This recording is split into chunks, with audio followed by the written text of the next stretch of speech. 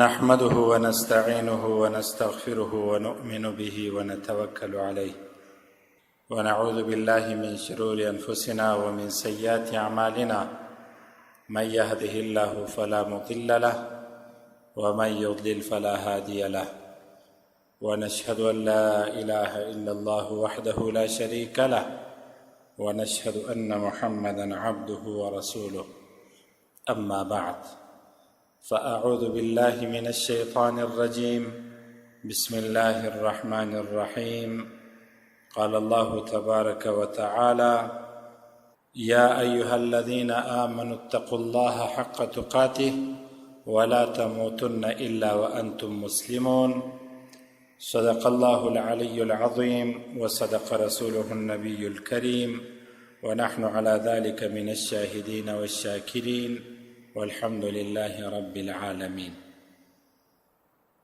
نن د دیرشم باب شپیتم حدیث، یو شپیتم حدیث او دو شپیتم حدیث وایو. په دغه حدیثو کې د رسول صلی الله علیه وسلم کم ارشادات دي، کمی ویناوی دي، کمی د نصیحت خبرې دي، ټولې به موږ او تاسو ته معلومې سي. دا باب بر الاقرب فالاقرب، چې څونه در نږدې د هغه دوست د دوستۍ پالنه کوه، ښه ورسره کوه. په دوستي کې چې در څخه لرې کېږي وروسته یې خیال ساته. مور په دوستي کې تر هر چاته نږدې ده. په قرابت کې اول د مور خیال ساته، وروسته پلار نږدې دی، بیا د پلار خیال ساته، بیا هغه دوستان او قریبان چې درجه په درجه تا ته نږدې دي او یا در څخه لرې دي، د هغو د دوستۍ او د هغوی سره د ښه سلوک خیال ساته. نو په شپیتم حدیث کې رسول الله صلی الله علیه وسلم سره ته فرمایي، صحابي سره ته وویله، تاسو یې واورئ.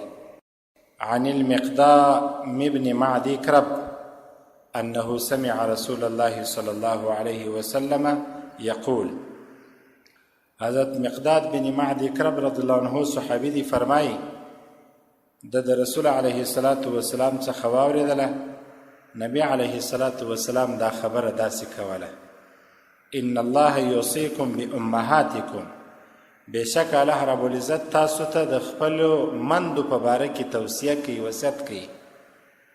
ثم یوصیکم، وروسته بیا خدای تاسو ته توصیه او وصیت کوي بامهاتکم، ستاسو د مندو. ثم یوصیکم بآبائکم، وروسته الله رب العزت تاسو ته وصیت کوي ستاسو د پلرو په باره کې. ثم یوصیکم، وروسته الله رب العزت تاسو ته وصیت کوي بالاقرب فالاقرب، د نږدې دوست ورپسې بیا د نږدې دوست.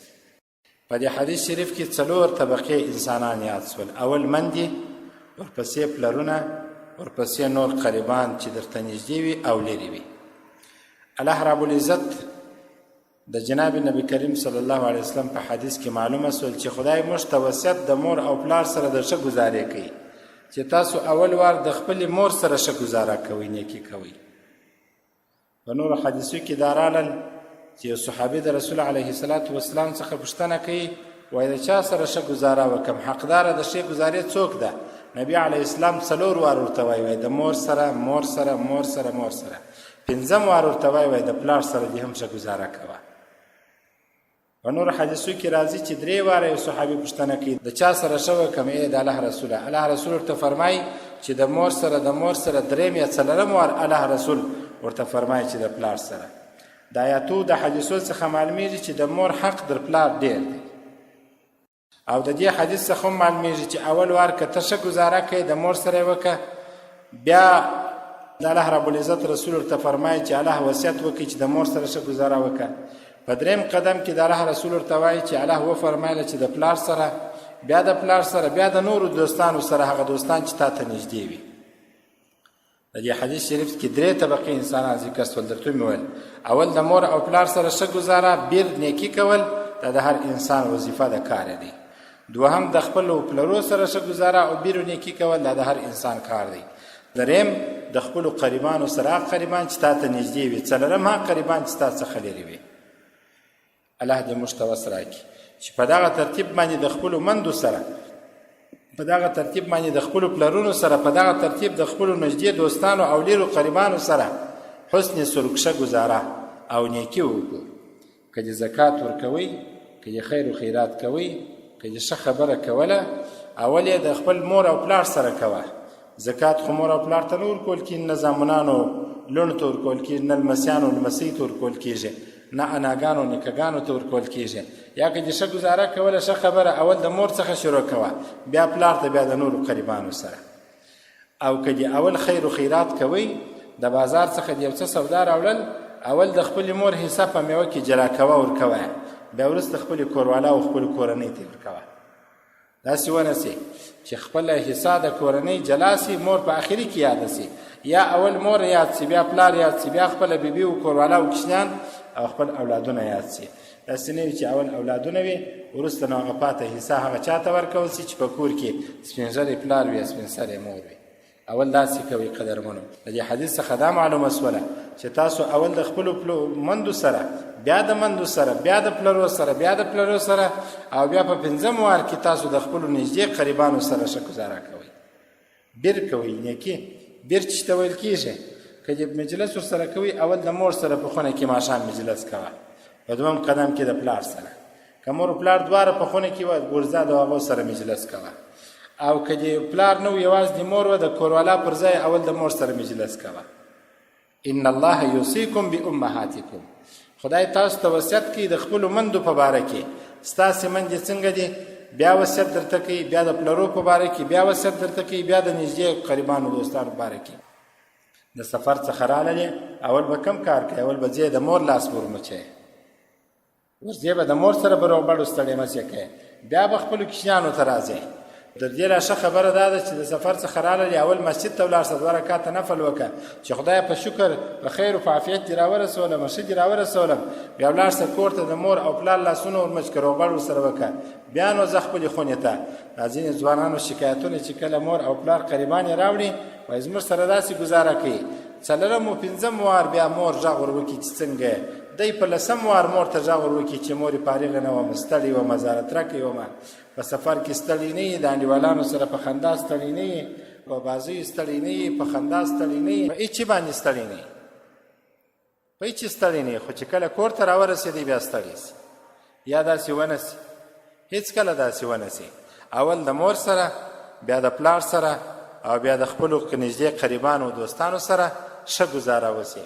په دغه ترتیب باندې که انسان ګزاره وکړي، انشاءالله تعالی په ټولو شانو کې، بلکې په ټولو کارو کې، په ټولو خبرو او په کورنۍ کې به الله رب العزت برکت واچي. دا خو 80م حدیث و. یو 80م حدیث امام بخاري رحمه الله تعالی سره ته فرمایي، د چا په حواله راته فرمایي، تاسو ورته متوجه سئ. حضرت ابو ایوب چې نوم یې سلیمان دی رضی الله عنه روایت کوي، څه وایي؟ وایي یوه شپه قال دی وایي جاءنا ابو هریرة رضی الله عنه، دی وایي موږ ته حضرت ابو هریره رضی الله عنه رالی.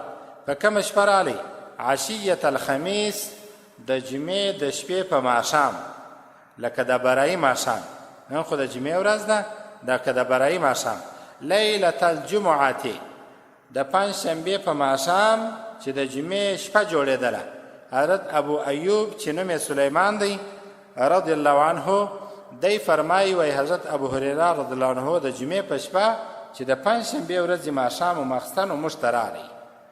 فقال، دا مبارک صحابي حضرت ابو هریره رضی الله عنه ویله، احرج على كل قاطع رحم لما قام من عندنا، تکلیف راولم، بوج او زحمت راولمه، او هر هغه څوک چې زموږ سره په دې مجلس کې ناست دی او د قریبانو قرابت نه پالي، د دوستانو دوستي نه پالي، پر هغه باندې تکلیف راولم لما قام من عندنا، چې زموږ څخه ولاړ سي. که زموږ په مجلس کې داسې یو څوک ناست دی چې د دوستانو سره دوستي نه ده پاللی، صله رحمي نه ده کړې، د خپلو قریبانو سره قرابت نه دی پاللی، که زموږ په مجلس کې یو څوک ناست دی هغه دې ولاړ سي. احرج على كل قاطع رحم، هر هغه څوک چې صله رحمي قطع کړې ده، قرابت یې پشکولی دی، دوستي یې پرې کړې ده، او په مجلس کې ناست دی، پر هغه تکلیف راولم لما قام عندنا چې زموږ د مجلس څخه ولاړ سي او لاړ سي. دا خبره چې حضرت ابو هريره رضی الله عنه وکړله. فلم يقم احد، هیڅوک نسو ولاړ، حتی قال ثلاثا، باره حضرت ابو هريره رضی الله عنه دا خبره 3 واره وکړل. و زموږ په مجلس کې که هر څوک ناست وي او صله رحمي یې نه یې کړې، قرابت یې نه یې پاللی، هغه زموږ د مجلس څخه ولاړ سي. 3 واره دا خبره وکړله. په اول وار خو څوک نسو ولاړ، چې 3 واره یې پاک کړله. فاتا فتن عمة له، باره یو ځوان را ولاړ سو رالی. فاتا فتن، نو رالی یو ځوان عمة له، یو عمه یې درلوده هغې ته رالی. قد صرمها منذ سنتين، د عمه سره 2 کاله کېدله چې دوستي یې کولې وه، قرابت یې ورسره پرې کړی و. منذ سنتين، د 2 کالو راهیسې هېڅ شناخت نه ورسره کوي، پر عمه یې پوښتنه نه کوله. هلته یې د صحابي خبره واورېدل. 3 واره چې صحابي خبره وکړل، دی باره راولاړ سو. دی چې راولاړ سو عمه ته رالی، د عمه سره 2 کاله کېدی چې خوابدی و. فدخل عليها، باره د عمه ته ورلی. چې ورلی فقالت له، عمه ورته وویله یا ابن اخي، ای زما د ورور زویه، خو وراره یې کېږي، ای وراره ما جاء بک، کم شي او کمې خبرې تر ما راوستلې؟ تو خو دا 2 کاله کېدلې چې خوابدی وې، اوس کمې خبرې تر ما راوستلې، پیښه څه ده؟ قال، دا ځوان ورته وویل، دا وراره ورته وویله سمعت ابا هريره رضی الله عنه یقول، ما د حضرت ابو هريره رضی الله عنه څخه واورېدله، یقول ویله کذا و کذا، داسې و داسې. یعنی حضرت ابو هريره رضی الله عنه په مجلس کې وویله، و زموږ په مجلس کې که داسې یو څوک ناست وي چې قریبانو سره قرابت نه یې پاللی شي کولی، هغه دې زموږ د مجلسه ولاړ سي. ما چې دا خبره واورېدله، خو ستا سره مې دا 2 کاله خوابده کړې وه، باره زه راولاړ سم تا ته رالمه، هغې خبرې زه تا ته راوستلمه. قالت، عمه ورته وویله ارجع الیه، ولاړ سه دې صحابي ته بیا ولاړ سه. فسله، پوښتنه ځینې وکړه. لما قال ذاک، دا خبره یې ولې وکړله؟ لما قال ذاک، دا خبره یې ولې وکړله چې هر هغه څوک چې زموږ په مجلس کې ناست وي او د خپلو قریبانو سره قرابت و دوستي نه یې پاللې، هغه دې زموږ د مجلسه ولاړ سي. دا خبره یې ولې وکړله؟ قال، حضرت ابو هريره رضی الله عنه باره ورته وویله، دا وراره رالی، د عمه وراره، د دې د ورور زوی رالی. د حضرت ابو هريره رضی الله عنه څخه یې پوښتنه وکړله. باره ورته وویله ای ابو هريره، ای صحابي، دا پوښتنه، دا خبره دې ولې وکړله؟ حضرت ابو هريره رضی الله عنه ورته وفرمیل سمعت النبي صلی الله علیه وسلم یقول، ما د رسول صلی الله علیه وسلم څخه دا خبره اورېدلې ده. نبی علیه الصلاة والسلام داسې فرمایله، د هغه مبارک څخه مې خبره اورېدله او هغه داسې فرمایله. څنګه یې فرمایله؟ دا وروسته خبره واورئ.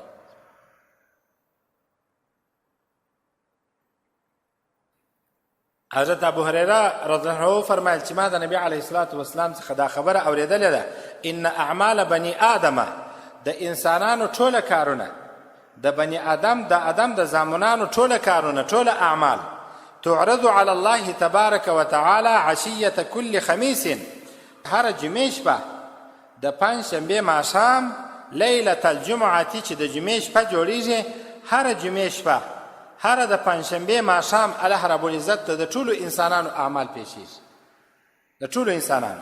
فلا يقبل عمل قاطع رحم، د هغه انسان عمل نه قبلیږي، ثواب نور کول کیږي، اجر نور کول کیږي، کم انسان چې د خپلو قریبانو سره قرابت کولی، کم انسان چې د خپلو دوستانو سره دوستي کولی، قرابت یې پرې کړی، د عمه سره خوابدی، د خاله سره خوابدی، په کلو کلو نور ځي او قسم مو اخی وای والله بالله 10 کاله کېږي چې زه د عمه پر چارچو مې پښه نه دی ایښی، د خاله کره نه یم ورغلی. دغه صحابي حضرت ابو هريره رضی الله عنه فرمایل، وای هره د جمعې شپه، هره د 5 شنبې د ورځې ماښام، الله رب العزت ته اعمال د انسانانو ټوله پیښیږي، لمونځ، ښه خبرې، ښه کارونه، ښه کتل، ښه خوی، ښه نیکي، ښه قرابت، دا پیښیږي. الله رب العزت د هغه انسان اعمال نه قبلوي، او الله رب العزت هغه انسان ته ثواب نور کوي، کم انسان چې د خپلو قریبانو او دوستانو سره دوستي او قرابت پرېږي. اوس چې نو انسانان خپله فکر وکړي، هر څومره چې ښه خبرې وکړي، هر څومره چې د نیکۍ کارونه وکړي، هر څومره چې ښه کارونه وکړي، دو کسانو سره چې تا قرابت پرې کړی دی او هیڅ شرعي عذر نه لري، نه هغه لري نه ته لري، نه هغه جواب درکړی دی مازې پر نفس پر خواهشاتو سره ولاړ وي د دغه انسان اعمال الله رب العزت نه قبلوي. دا حدیث شریف دی فلا یقبل عمل قاطع رحم، د هغه انسان عمل الله نه قبلوي نه قبلیږي کوم انسان چې د خپلو قریبانو دوستانو سره قرابت پرې کوي. اوس نو قدرمنو تاسو خپله خبره وکئ او خپله فکر وکئ، د ځان سره سوچ وکئ. یو انسان تا هم پر دې نه مجبوره کوي چې باسه د قریبانو سره قرابت وپاله. ځینې قریبان داسې نور دې پر دې ټینګ کوي وایي ښه دې وکړله افرین تر دا ژره دې جار سم تر دا سترګو دې جار سم د نر کار دې وکړي. پلار دې هم دغسې غیرتمن انسان و، ته هم دغسې غیرتمن انسان یې. شاباس چې بیا په ژوند زوی پر دا چارچوب پښه ور وانهلی ده چې زما سره ونه پالل ښه ته به یې د ده سره پالې یا که دې ورسره وپالل زما زوی نه یې. دغسې سختې خبرې ورته کوي او که یا دغسې خبرې ورته کوي. وایي که جما زه د دغه دوست ته سلام ور واچوئ لا ته زما څخه عاق یې بېزاره یې زه حق نه در بخښمه داسې کوم داسې کوم داسې کوم. اوس نو قدرمنه فکر وکړه ځینې کسان خو باید زموږ په ټولنه کې داسې مشران چې موږ د خپلو قریبانو سره پر قرابت مجبوره کړي. پلرونه او مندې موږ ته ووایي چې ته د خپلو دوستانو سره دوستي وکړئ. داسې نه وي چې نور راته په عذاب سي، نور راته په تکلیف سي او نور راته په قهر سي و یا د خپلو دوستانو سره به دوستي نه پالې. تاسو خپله فکر وکئ. 2 حدیث قدرمنو عن ابن عمر رضی الله عنه، حضرت ابن عمر رضی الله عنه فرمایي ما انفق الرجل على نفسه و اهله يحتسبها، یو انسان که پر خپل ځان باندې خیر او خیرات کوي او پر خپل اهل و عیالو پر بچانو باندې خیر او خیرات کوي مصرف کوي، يحتسبها ګمان یې دا وي چې یقینا خدای ماته د دغه خیرات چې زه پر خپل ځان باندې یو شی مصرفوم او پر خپلو عیالو و اهل مصرفوم ماته خدای ثواب راکوي الا اجره الله تعالی فیه، که د هغه ګمان الله رب العزت اجر ورکوي. که په دغه ګمان خپل پلار پر خپلو اولادو پر خپلو زامنانو پر خپلو دوستانو او قریبانو باندې په دغه ګمان باندې یو نفقه وکړل یو صدقه وکړل چې خدای ماته اجر راکوي خدای ورکوي، او که ګمان دا و چې خدای اجر نه راکوي بیا نه ورکوي. ای زما وروره دا اوس اختر را روان دی، د اختري بیانونه تاسو ډېر اورېدلي دي، که مو نه دي اورېدلي د دې سخت بیانونه سته راسي در سره واخلئ ټوله شیان به در معلوم سي. ځکه چې پلا مې بیانونه کړي دي دوهم وارې ضرورت نشته. تاسو بیانونه په ټلیفونو کې پیدا کړئ در سره واورئ ځانونه پوه کړئ. دا اوس اختر را روان دی، تاسو به بیا خپلو قریبانو ته د مبارکۍ لپاره نه ورځئ، تاسو به بیا خپلو قریبانو ته غوښې نه وروړئ، تاسو بیا د خپلو قریبانو سره ځان په شر اچولی وي، ګریوانو ته به مو لاسونه سره اچولي ته پلانکي اختر زما کار نه راغلی زه هم نه درځمه، ښه تا پر مشر نه وبللم زه دې هم پر کشر نه بولمه، یا دا کارونه نه دي. یو صحابي واده وکړي، یو صحابي چې راغلی رسول علیه الصلاة والسلام ته پر کالو باندې د عطرو د خوشبویي ټپله وه. نبی علیه الصلاة والسلام ورته وفرمیل واده دې کړی دی؟ لو په دې حدیث شریف کې راځي وایي نبی علیه السلام خوا نه ده ځینې بده کړې چې زه دې ولې ډوډۍ ته نه وم خبر کړی، هېڅ یې خوا نه ده بده کړې. اوس ته خپله فکر وکړه که زما او ستا په دوستانو کې یو دوست کاټ وي روقه راوانستی زنګ راته ونه وایي د یو چا په توسط مو خبر نه کړې ټوله خوا ځینې بده وه، ښه زه دې پر دوست ونه بللمه داسې په سپکه دې راته وکتله. حال دا چې هغه لوی صحابي دی، د دنیا ټوله بزرګان یې د هغه د پښو خاورو ته نسي رسېدلی، اولیاء علما مجاهدین غازیان شهیدان هېڅوک د یوه صحابي د پښو خاورو ته نسي رسېدلی. هغه صحابي واده وکړي نبي علیه السلام خوا ځینې بده نه کړله، موږ خوا بده. نو که یو چا په دې ګمان او په دې عقیده د ثواب په نیت باندې پر خپل ځان پر خپل اهل و عیال پر خپلو دوستانو او قریبانو داسې مصرف وکړي چې عقیده هم دا و باور هم دا و چې خدای ماته ثواب راکوي الله ثواب ورکوي. وروسته حضرت عبدالله ابن عمر رضی الله عنه وفرمایله وابدأ بمن تعولو، شروع وکړه په هغه چا چې ستا په عیال کې راځي، اول یې د ځان څخه شروع کړه بیا مصرف پر خپلو اولادو و زامنانو لوڼو کوه چې ستا په عیال کې څوک وي.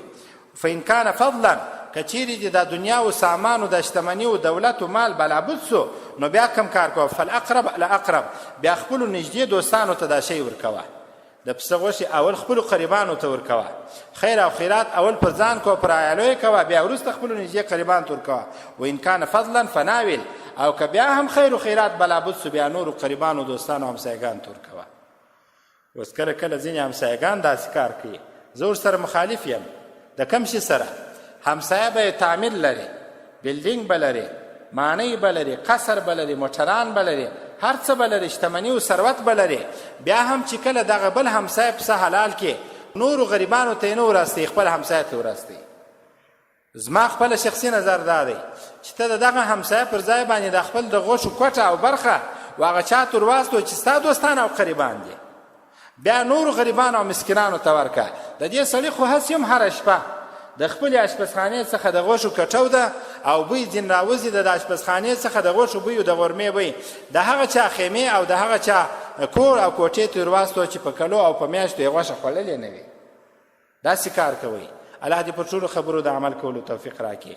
نو په دې حدیثو کې مو کومه خبره زده کړل، دا خبره موږ به د دې مخ په ایسته د هغو قریبانو سره اول قرابت پالو چې موږ ته نږدې وي، مور، بیا پلار، بیا د مور د خوا قریبان، بیا د پلار د خوا قریبان، بیا ورور، بیا خور، بیا د ورور او د خور له خوا قریبان، بیا وروسته چې څونه راڅخه لرې کېږي هغو نه به یې خیال ساتو، چې څونه را نږدې وي هغو نه به د هغوی خیال ساتو.